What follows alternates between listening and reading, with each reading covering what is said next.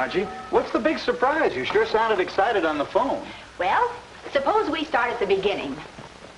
Let's go back to the first time you met my father. What were his first words to you? Get out and never come back. Right, and he's been saying it ever since. So let's analyze the situation. What's his main objection to you? I think basically he resents the fact that I was born. Be serious. His main objection is that you can't keep a job. He doesn't think you'll ever amount to anything. That's what he thinks. Bob Spaulding and I have our eyes on a big oil deal, and if it goes through, we'll make $1 million. Who's Bob Spaulding? He's the fellow that holds my place in the unemployment line. Oh, Freddie, you've got to get into something solid. Now, here's my idea. Remember 2 years ago when you went into business with that chemist? No, don't remind me of that. You don't know what I know. You had a formula for a hair dye that was easy to apply and quick drying, but you failed. That's for sure. Yes, but why did you fail? Because you didn't have any backing. That's one thing I always never have. Guess who my father's newest potential client is? She's coming to town today, and she'll be here for a week. I'm not following you in the least. What has your father's newest potential client got to do with me? Wait till you hear her name. Emily Lanheim. The cosmetics queen? One and the same. Now, suppose you could interest someone like her in your hair dye. Oh, Margie, I'm in bad enough with your father already by just being me. I'm not going to go bothering one of his clients. A chance of a lifetime, and you won't even give it a try. Don't you see, Freddie? I can't go on defending you to my father forever. I want you to accomplish something to prove to him that he's wrong about you. Please? No. Please? Okay, Margie, you win. I'm a jellyfish. You mean you've got a lot of gumption? Okay, so I'm a jellyfish with a lot of gumption. What's the deal? We'll buy all the stuff we need and mix up some of that dye. Do you have the formula? Not written down, but I think I can remember it. Well, here, write it down. We'll go out and buy the chemicals. Margie, do you think Emily Lanheim will really go for my hair dye? I don't know, but what have we got to lose? And if she does go for it, think what we've got to gain. Yeah. I guess lots of big businesses have started in more unusual ways than this. Why, this thing could snowball. We'd start with a small store-sized plant, and pretty soon a big factory. Wilson Miracle Hair Dye, a division of Lanheim Cosmetics. Hello? It's for you. Oh, thanks. Hello? Oh, hi, boy. It's Bob Spaulding. Huh? The oil deal? No, nothing new on it yet, kid. But I'll tell you what we'll do. We'll keep working on it, and if it gels, we may make a merger with my new hair dye industry. Huh? Really? Hold on just a second. Bob thinks he knows where we can make a quick deal on getting a lease on a factory. Will you and that other phony hang up? No, Bob. Not interested right at the moment. Oh, Bob, just a little reminder. You owe me 37 cents. Okay. Bye. Write the formula.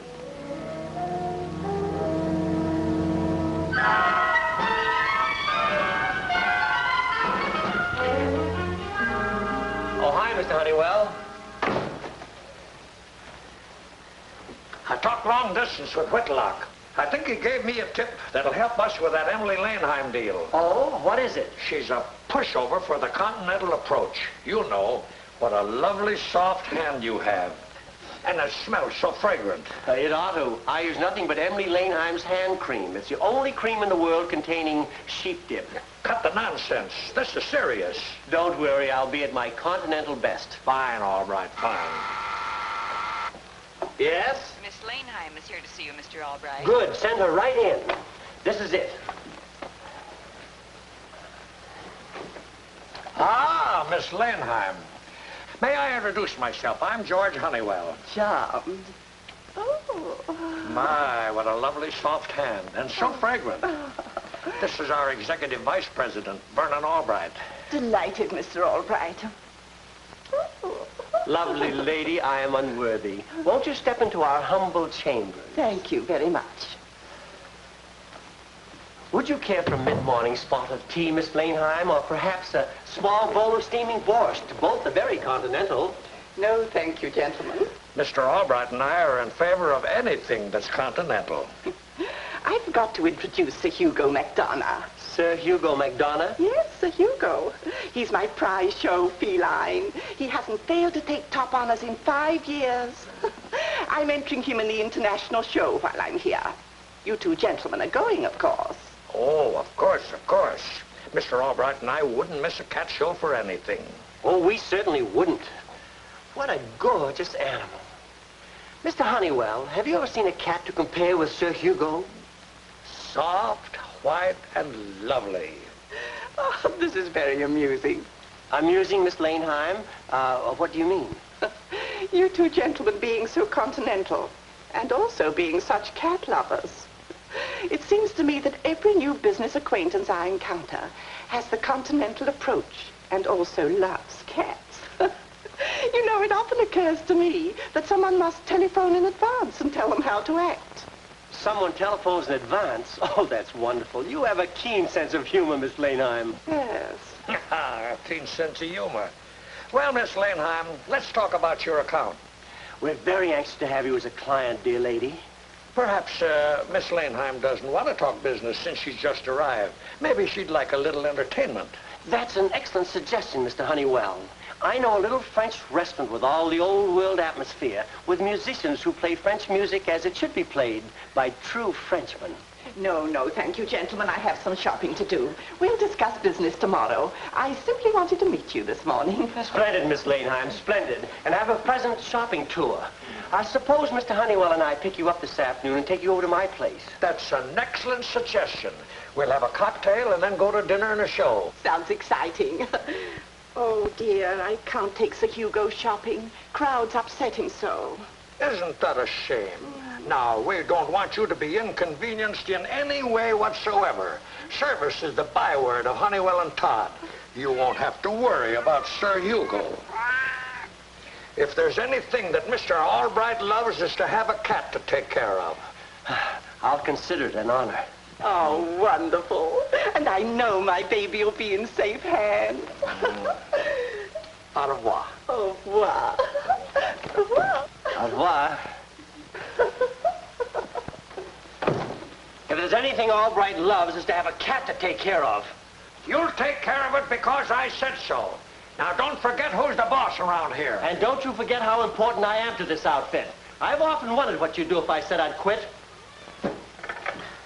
Give me the payroll department. Hello, Jordan. Got a good supply of dismissal slips? All right, I'll take care of the cat. Will you please explain that? No, I won't explain what I'm talking about. That's much better, Albright. That's good relationship between us. Good understanding. The only understanding I have is I'm always across the barrel. In my book, that's a good understanding. I can't take care of Silk Whatchamafiddle. I've got work to do. Call a houseboy and have him come over and take him to your apartment. Yeah, Charlie will pick him up. You know, I didn't like the way Miss Laneham toyed to that phone call tip-off business. No, neither did I. Wait a minute. When we take her up to your apartment this afternoon, I know how we can make her really believe you're crazy about cats. Yes. Get the phone book and find out where we can get about a half a dozen cats. Cat? Yes, sir. Wait a minute. If you think you're going to load my apartment up with cats, you... Do I have to call up payroll again? Now call up your houseboy and tell him to come down here and pick up Sir Hugo.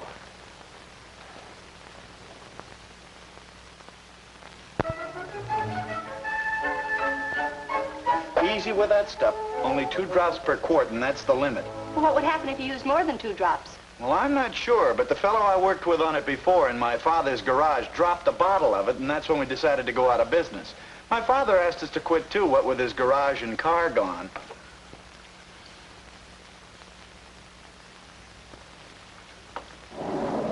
You know you're a beautiful cat. I bet you cost a lot of money. Mr. Albright better take good care of you. Go on in and surprise Miss Margie. Well, I guess the hair dye's finished. Oh, swell. Now, if we only had someone to try it out on. Yeah. I wonder who we can get. We gotta make sure it's okay before we take it to Emily Laneham. I can't guarantee I remembered the formula exactly. Freddie, look. A cat. Hello, kitty cat. Oh, And it's pure white. Yeah, pure white. I wonder how it got in here. Oh, that's not so unusual, a cat wandering inside. Well, what's the difference? You can tell at a glance it's just a plain old alley cat. Shall we? Why not?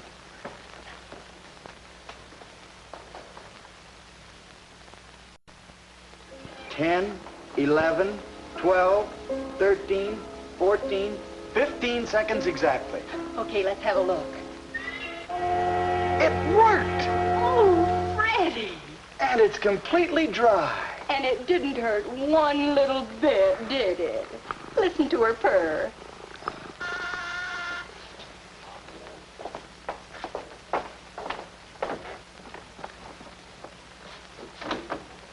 Albright? Yes? Sign here, please.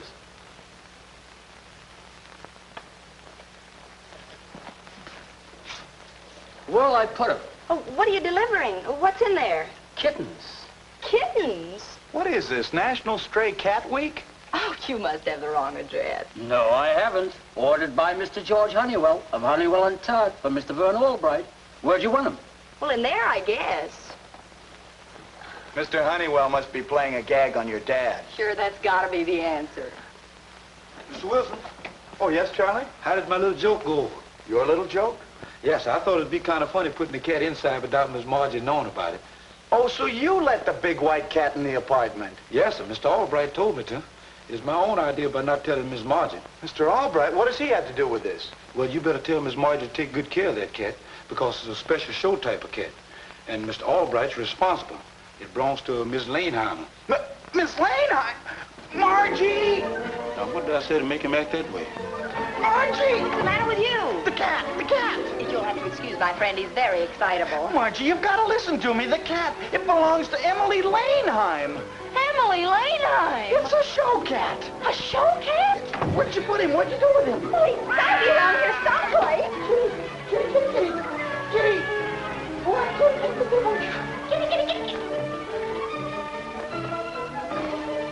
I've got him, Freddie. Let's get some soap and water. Come on.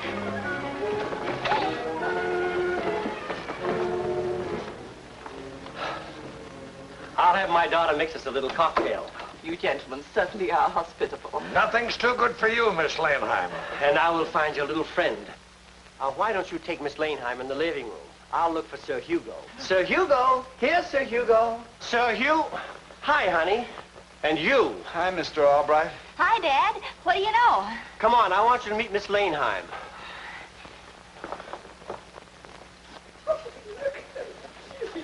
Miss Laneheim, this is my daughter, Margie. Hello, Miss Laneheim. I'm pleased to meet you. How do you do? And this is Freddie Wilson. He drops in when I drop out. He's a great friend of the family. Oh, how do you do? Something wrong with your hand? He's always kidding. A great little joker. That's why we like to have him around. How about a cocktail, Margie? What do you say? Oh, certainly. Something wrong, Margie? Oh, no, nothing at all. You really do love cats, Mr. Albright. But where's my baby? Sir Hugo? I'll get the cocktails. Where are you going, Margie? The bar is over there. Oh, yes, of course. Sir Hugo! Sir Hugo! Now, just relax, Miss Laneheim. We'll find Sir Hugo for you. Oh. Come on, Albright. Thank Sir you. Hugo! Sir Hugo! Where's my baby? Oh, Miss Albright, have you seen my cat? Oh, yes, such a beautiful white cat. Well, where is he? Oh, he's around here. He's probably hiding somewhere. Yes. Won't you sit down? Oh, mind if I watch? You know, I've never been able to mix a good cocktail. Maybe you can show me. Well, it's very simple, really. Is it?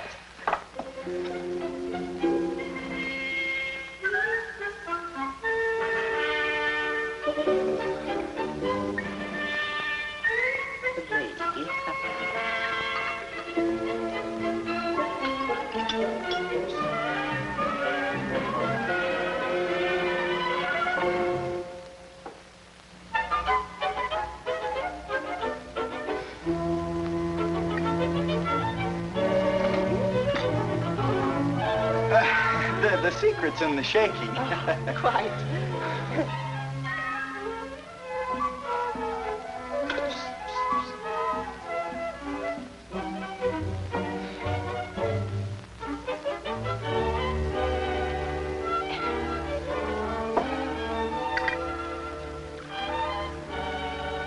Goodbye, everybody.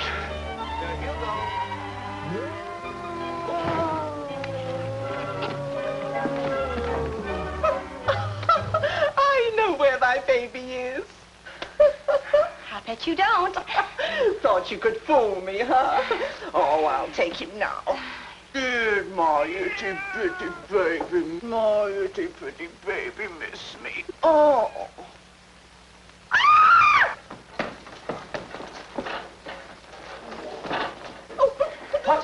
What's wrong? Yeah, what is it? That's what I want to know. What is it? I can explain. Freddie has a wonderful hair dye, and we wanted to try and get to Miss Laneheimer. And we didn't know the cat belonged to Miss Laneheimer. Who did this to my baby? Margie Albright. What are you trying to do, ruin us? I'm sorry. I'll wash him. You've done enough to my baby already. And as for becoming a client of yours, are there any questions? Oh, my baby, my poor little baby. Well, Margie, I warned you. I told you time and time again to leave my clients alone. Yeah, she's your problem, and you're both connected, and I don't want any connection with what you're connected with. You're fired. Mr. Honeywell! Mr. Honeywell! Oh, Dad, I didn't mean to do it. I didn't mean to do it. Oh, forget about it, honey. Maybe things will work out all right. But I got you fired. No, forget about it. I know you didn't do it on purpose. It's all pretty obvious to me. You were trying to help Freddie accomplish something. That's the important thing, trying to help somebody. Even Freddie Wilson. Well, what'll you do? You're out of a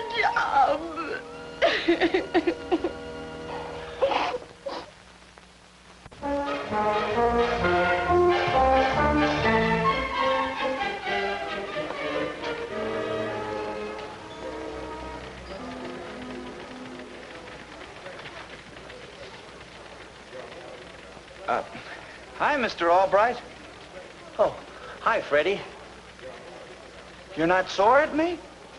Oh, of course not. We're both in the same boat now. Say, what do you do when you get up to the window? What do you do? Boy, you're talking to the honorary president of the place. Oh, won't the folks back there mind you jumping the line? Nah, we're all friends around here. Miss Hesselroth, Mr. Albright. How do you do? Hello, how are you? And this is my old friend, Bob Spaulding. How do you do? Hi, Albright. Bob's a 5-year man. He's been coming here longer than I have. But I've been unemployed more consistently. That's right. What'd I do wrong? Mr. Albright, this question right here. Are you willing to accept any type of employment? You never write yes to that. You don't? How about it, gang? I'm sorry. I better check with the others on this. Bob, come here.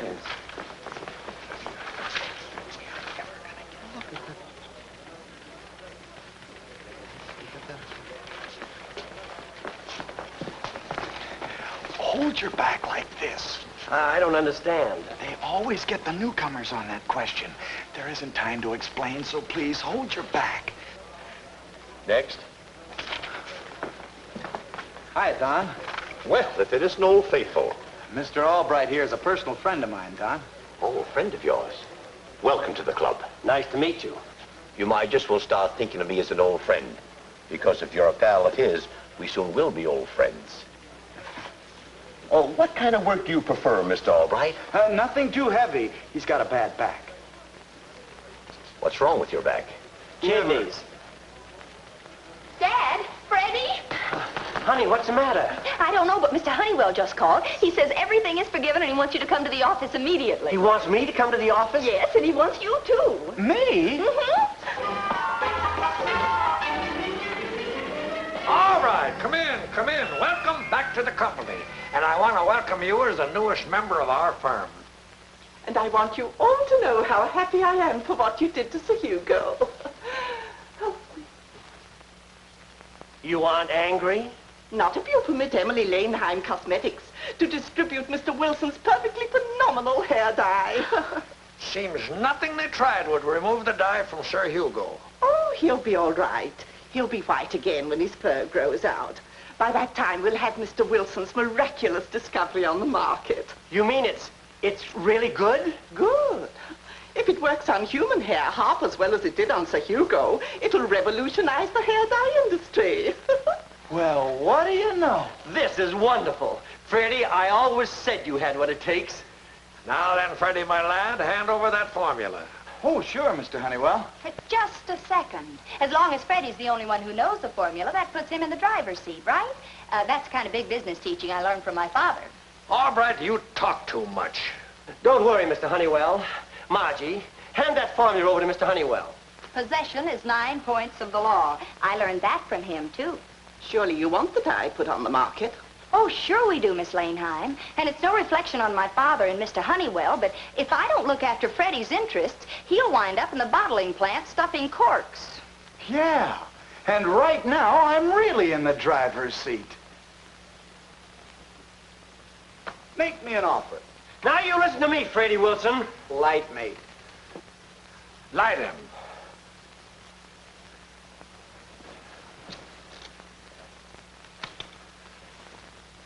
Now, let's think. Freddie will be president of the company. Is that okay with you, Miss Langeheim? Certainly. But we'll discuss the corporate details later. First, I'd like a private demonstration of the dye on human hair. I never invest in a pig in the poke. We'll have to mix some more. We only made a little bit. Well, we can go over to our place right away. It doesn't take long to mix. Come on.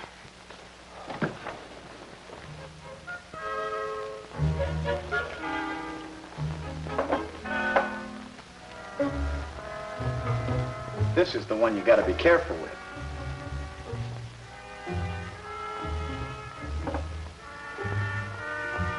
Where's the blending rod? I must have left it in the bottom drawer.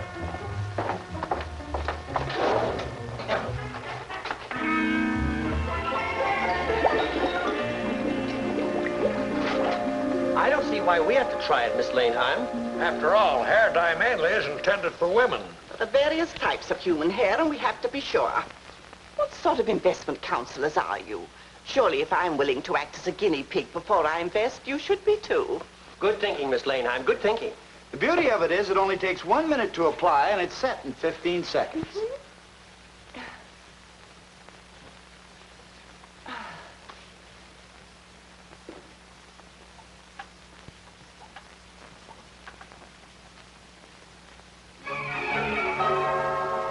Seven seconds, 8, 9, It won't be long now. 12, 13, 14, 15. Towel off.